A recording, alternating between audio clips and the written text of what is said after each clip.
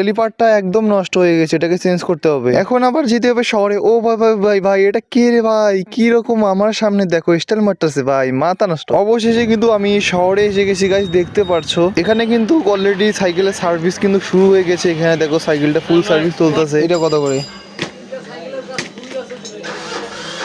এটা 300 টাকা। এই যে 2 পাশের ব্যাটারি। হ্যাঁ বুঝছি। আজকে আমি সকালবেলা উঠে আমার সাইকেলটা একটু দেখতেছিলাম, দেখি যে আমার ব্রেকের যে লিভারটা রয়েছে, পিছনের ব্রেকের লিভারটা, এটা ফুল হচ্ছে, মানে ব্রেক ধরতে আসছে না। পরে দেখি এখানে যে ক্যালিপারটা রয়েছে এখানে লুজ হয়েছে, কিন্তু টাইট দিয়েছিলাম, এটার কাজ করছে না, টাইটেও নিচ্ছিল না। তার মানে বুঝতে পারি এটা পুরোভাবে গেছে আর স্প্রিংও কাজ করছে না। এখন ফুল ক্যালিপারটাকে চেঞ্জ করতে হবে, মানে অবস্থা খুবই ভয়ঙ্কর। এখন আর কি করার, এখন আবারও আমাকে শহরে যেতে হবে। গ্রামে তো কোনো মেকানিক্যালের ভালো দোকান নেই গিয়ার সাইকেল ঠিক করার জন্য। তো এখানে আমার একটা বন্ধুকে নিয়ে আমি রওনা দিয়ে, তার সাইকেলও কিন্তু আজকে সার্ভিসিং করা হবে। তো অবশ্যই আমি দেখাবো তার সাইকেল কী কী সমস্যা হয়েছে। আর আমি সঙ্গে করে নিয়েছি টুপি আর একটা দারাজের প্রোডাক্ট ছিল। এই প্রোডাক্টটা কি তোমরা অবশ্যই জানতে পারবে। ভিডিওটা সম্পূর্ণ দেখো, আজকের ভিডিওটা সত্যি বলতেছি অনেক ভালো লাগবে। আর বর্তমান দেখতে পাচ্ছ অনেক ঠান্ডা, যার কারণে কিন্তু আমি শীতের কাপড় নিয়েছি সঙ্গে করে। এখানে আমার ফ্রেন্ডকে দেখো, সে মেন রোডে মানে কি হিরো আলম হয়ে গেছে, মানে হাত ছেড়ে দিয়ে সাইকেল চালাইতেছে। কিন্তু আমার হাতে তো ফোন, আমি কোনো হাত ছেড়ে দিয়ে সাইকেল চালাতে পারতাছি না, এবং পিছনের ব্রেক আমার একটু কাজ করছে না। দেখতে পাচ্ছ এখানে কিন্তু আমরা দুই বন্ধু একসঙ্গে যাচ্ছি। এখান থেকে প্রায় অনেক দূর পথ আমাদেরকে যেতে হবে। আর গাইস এই যে দেখো, ও ভাই ভাই ভাই, এটা কি মানে কি আর বলি, কীরকম যে লাগতেছে, মানে সে একটু স্টাইল নিতেছে, আমি তো পারতাছি না, মানে আমাকে দেখাইতেছে, কিন্তু আমি তো কিছু করার নেই, আমার সাইকেলও নষ্ট, হাতে আবার ফোন, তাও আবার এখানে কিছু পোশাক নিয়েছি দেখতে পারছো। এরপর আমরা কাঙ্ক্ষিত উঁচু ব্রিজে এসে গেছি। দেখতে পারছো এই ব্রিজটা আমার ভিডিওতে সব থেকে বেশি দেখানো হয়েছে, তার কারণ হচ্ছে এখানকার যে পরিবেশটা আসলে অসাধারণ সুন্দর। আর আমার ফ্রেন্ডকে দেখো বারবার শুধু মানে কি আর বলবো, এই দেখো দেখো দেখো, তো মনে হয় যে ড্রিফটিং মারবে। সে যদি একবার যদি পড়ে যায় তাহলে আমিও কিন্তু এখানে অ্যাক্সিডেন্ট করে ফেলবো। যাই হোক, সে কিন্তু আর এইরকম করবে না, আমি মানা করে দিয়েছি অলরেডি তাকে। অনেকে রয়েছে আমাকে জিজ্ঞেস করো যে ভাই আপনার বাসায় কোথায়, আপনি কোথায় থাকেন? আসলে আমি কিন্তু বাংলাদেশে থাকি, তোমরা অনেকে জানো বা অনেকে জানো না, কিন্তু এখানে অনেকে তোমরা জানো যে আমি ইন্ডিয়াতে থাকি। তো সমস্যা নেই, আমি ইন্ডিয়া থেকে মোটামুটি অনেক ভালো সাপোর্ট পেয়েছি, তোমাদেরকে অনেক ধন্যবাদ যারা ইন্ডিয়া থেকে ভিডিওগুলো দেখছো। এখানে দেখতে পাচ্ছো ঢাকা প্রায় 350 কিলোমিটার, আর এখানে রংপুর প্রায় এখানে 42 কিলোমিটার, বুড়িমারি দেখতে পাচ্ছো এখানে 92 কিলোমিটার। মানে আমি কোন জায়গায় থাকি তোমরা অলরেডি কিন্তু ধারণা করেছো, আমি কিন্তু লালমনিরহাট জেলায় থাকি এবং সীমান্ত। তো তারপর এখানে বলতে বলতে দেখতে পাচ্ছো এখানে কিন্তু আমি লালমনিরহাট শহরে এসে গেছি।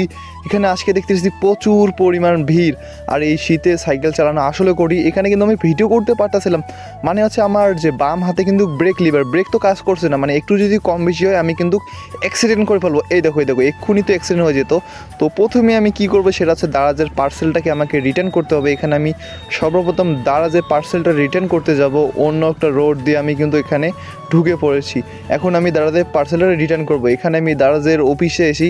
এখানে সর্বপ্রথম যেটা দেখতে পাই, অফিসটা খোলা ছিল কিনা, হ্যাঁ এটা খোলা ছিল। তারপর দেখতে পাচ্ছ পার্সেলটি, এই পার্সেলের ভিতরে কী আছে আমি এক্ষুনি দেখাবো। এখানে দেখতে পাচ্ছ স্মার্ট ওয়াচটি এখানে রিটার্ন করলাম, তার কারণ হচ্ছে হাতে কোনো টাকা নাই। স্মার্ট ওয়াচের সমস্যা দেখতে পেয়েছিলাম, যার ফলে আমি একটু রিটার্ন করলাম। তারপরে এখানে দেখতে পাচ্ছ আমি কিন্তু অলরেডি সাইকেল সার্ভিস সেন্টারে কিন্তু এসে গেছি। এখানে এসে দেখি আরও 3টা সাইকেলের কাজ চলতেছে, মানে কী বলবো, এত পরিমাণ ভিড় এই সাইকেল সেন্টারে।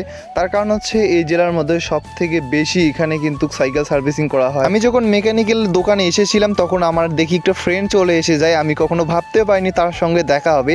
সে কিন্তু এখানে সাইকেলটা ঠিক করতেছে, সাইকেলের যে অয়েল ব্রেকটা রয়েছে সে কিন্তু নিজে এখানে চেঞ্জ করতে আছে। দেখতে পারো সেও কিন্তু অনেক বড় মেকানিক্যাল।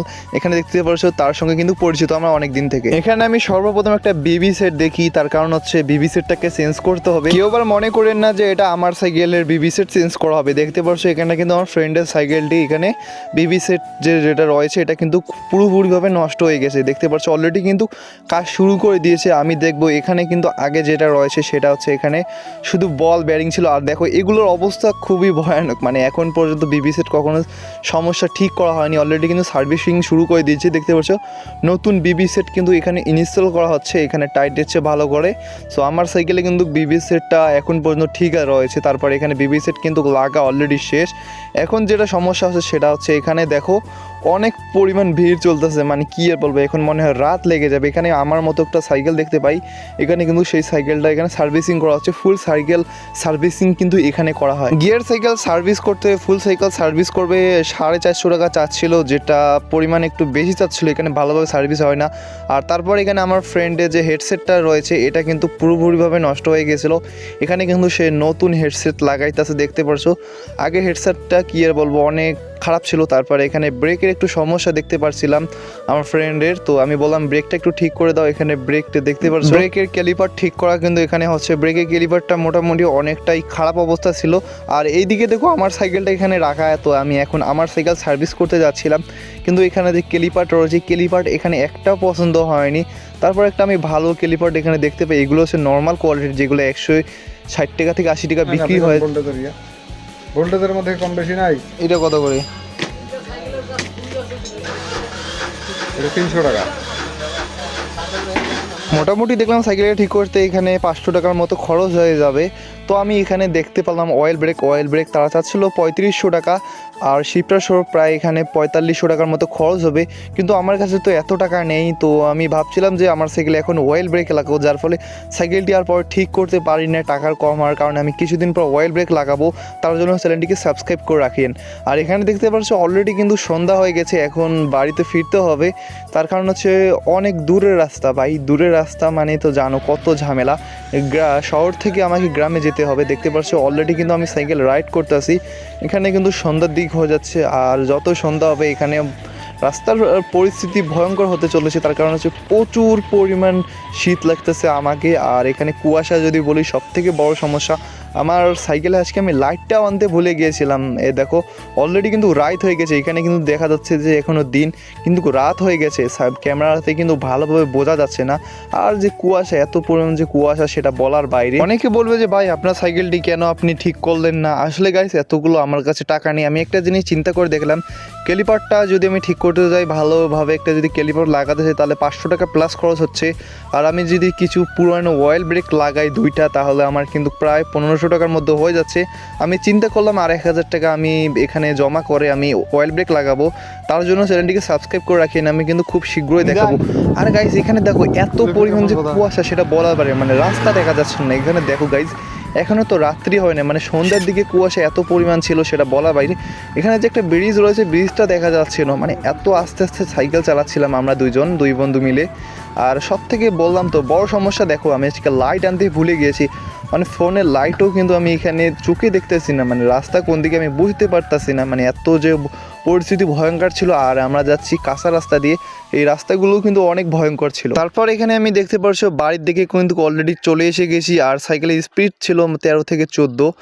আর গাইজ আজকের ভিডিওটা এই পর্যন্ত। যদি ভিডিওটা ভালো লাগে তাহলে চ্যানেলটিকে সাবস্ক্রাইব করে দিন। এরপরে কিন্তু আরও অবশ্যই সাইকেলের সার্ভিসিং ভিডিও আসবে।